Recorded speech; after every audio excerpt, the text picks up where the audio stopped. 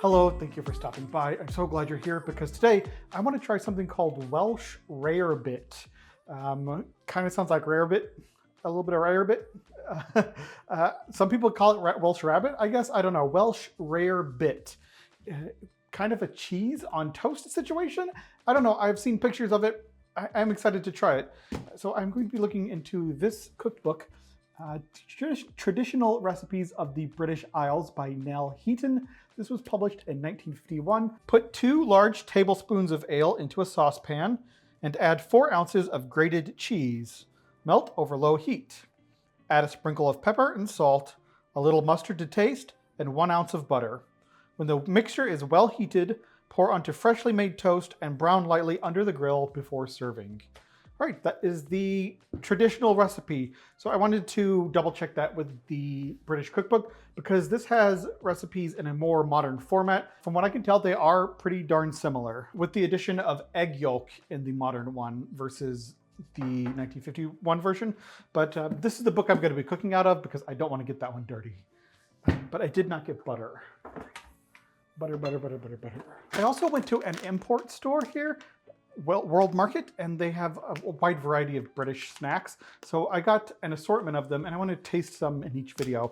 Today I'm going to be tasting Allsorts, which apparently these are licorice, like flavored licorice. I don't know. I'll get to tasting those here in just a minute. It looks like the main difference is this recipe doesn't call for butter, but it does call for egg yolk. The older recipe calls for butter, doesn't call for egg yolk. That's the main difference. I'm going to use both. I'm going to use butter and egg yolk, porque no más dos. Thick buttered toast spread with a generous and sumptuous melting mixture of cheddar, mustard, stout, and Worcestershire. The Welsh Rarebit is a British treat par excellence. Serve at breakfast or lunch, or even as a post-dinner cheese course.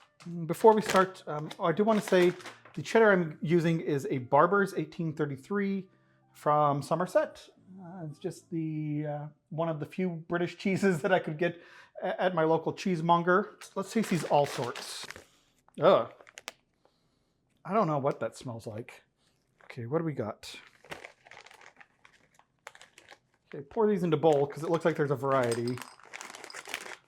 So let's go with this sandwich-looking one.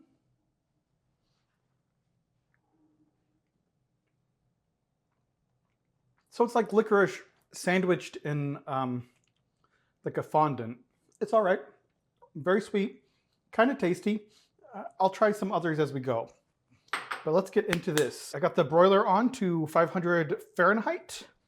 What is that in Celsius? I'm not sure. It's its highest setting. Line a large baking sheet with paper. I am going to be cutting this in half, this recipe, because I don't want to use all of my cheese up, melting it for this. I want to have little nibbles of it. Bring stout to a boil in a medium saucepan. Okay. This recipe says stout. The original version just says ale.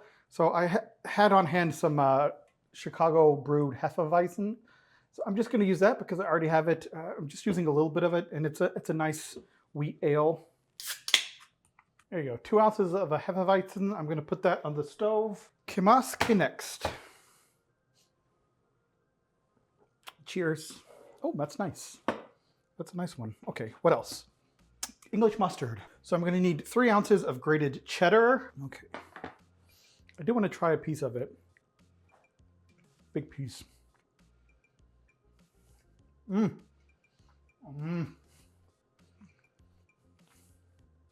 Creamy with a little bit of a dry crumble, which I like. There's a little bit of the little crystals in there, which I love. Aged cheese with those little crystals. A nice backbite of like the standard cheddar flavor, but very forward is a little bit, a hint of like an aged funk to it. Heavy, rich, creamy, not overly salty, good texture with that really deep cheddar flavor coming in the back end. Very tasty.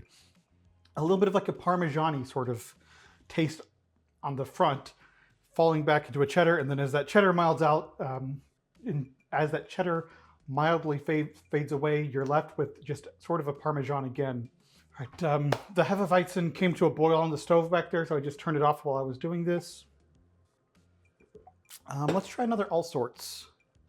Let's go for One of these little non-peril looking ones with the dots all around it. Little blue dotty thing. Oh, it's gummy. Oh. Oh. What is that? Oh. Mm-mm. It tastes like some sort of... The taste reminds me of the smell of some sort of like ointment an old person would use. What is that flavor? Almost like root beer, but in a bad way. I really like root beer. That's like root beer in a bad way. All right, I brought this back up to a boil. I'm gonna add in the cheese to the beer and whisk it together. This sounds incredibly Midwestern. Wisconsin, beer, cheese, they all go together. Add a good glug of Worcestershire sauce. Glug, okay. It says a tablespoon of English mustard, so I'm gonna use half a tablespoon. Oh, it said a teaspoon of English mustard powder. That would have been a tablespoon of prepared mustard. So I went a little heavy on the mustard powder. And then a little bit of cayenne. All right, this is what I have consistency-wise. Can you see that? I'm gonna let this cool. So this is just homemade bread I made yesterday using family recipe. It's the bread I grew up eating. Just very simple, straightforward recipe. Just standard American homemade white bread. Okay, I'm just gonna stick that under the grill, the broiler, flip it, and use that to toast it. Let's try another Allsorts. One of these. Oh, it's chewy too.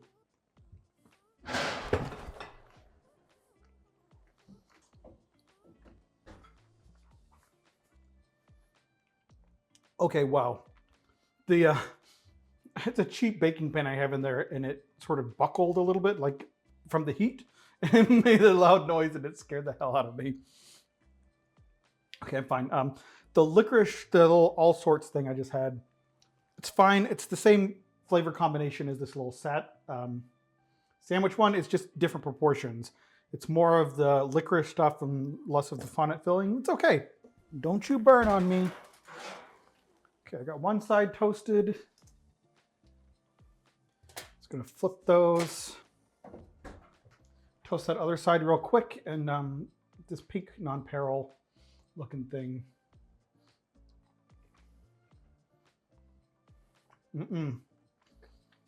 Nope, it's that same flavor. Same flavor as the blue one. Tastes like root beer from a medicine cabinet. Nope, nope, nope. All right, I'm not doing a full toast on this side. I think this needs to be a little bit ready to soak up some of the filling, the topping. Now I need to put a generous portion of this filling onto each one. Topping, whatever this is. And spread it. Where'd my grabber go? There it went. Okay. Got some filling on each one, and I'm going to broil that filling until it gets a nice color.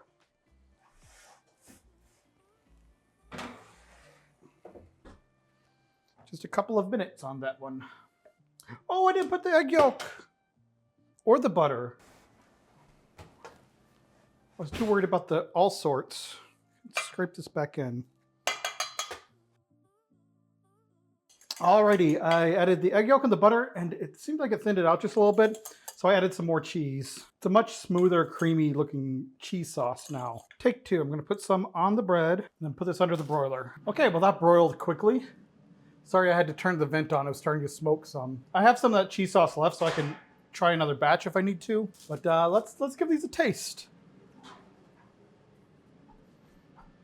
Plate. Dash of Worcestershire. I don't know. It might be a little bit toasty, but the picture in the book looks kind of like this anyways.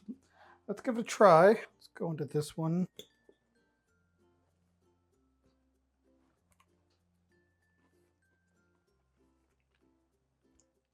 It's tasty. Cheese sauce broiled onto a piece of nice hearty bread. Very tasty. Very mustard forward. That's my fault. I put way too much mustard powder. But it's tasty. Oh, I was supposed to put Worcestershire sauce on it. Let's try it with the Worcestershire sauce. Cheers.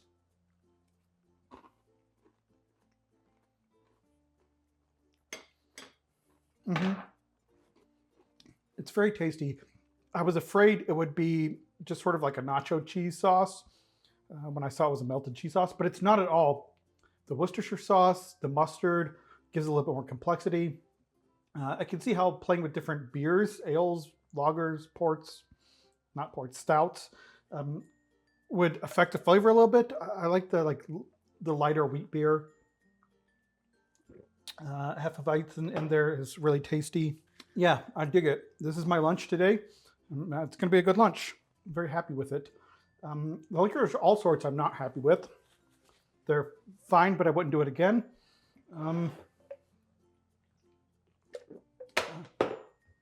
Let me try one more British thing.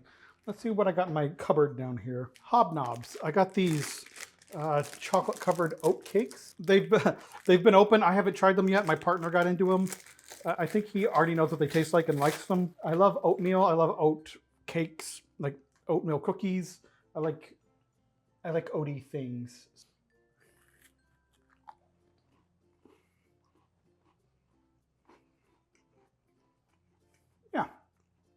Yeah, the cookie isn't too sweet, so it cuts out the sweetness of the chocolate a little bit. It's nice, it's tasty.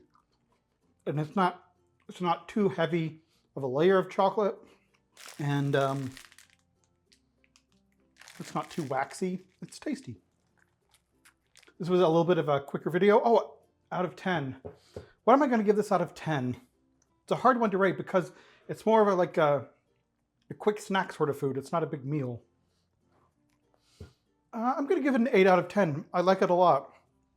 Vibe-wise, the closest thing that I normally do to this, not necessarily taste-wise, but vibe-wise, is to just take a plate of tortilla chips, sprinkle shredded cheddar cheese on them, put some pickled jalapeno slices, and then microwave it just to melt the cheese. It's not a substantial meal. It's a quick, easy snack sort of meal. So microwave nachos is the closest vibe to this one that I can think of that I normally eat.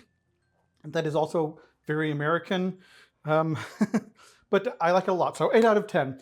But that's all I have for today. If you have liked this video, please give it a thumbs up. That helps more than you can know. If you have not already and you would like to, please subscribe. Thank you so much for watching, and I will see you in the future.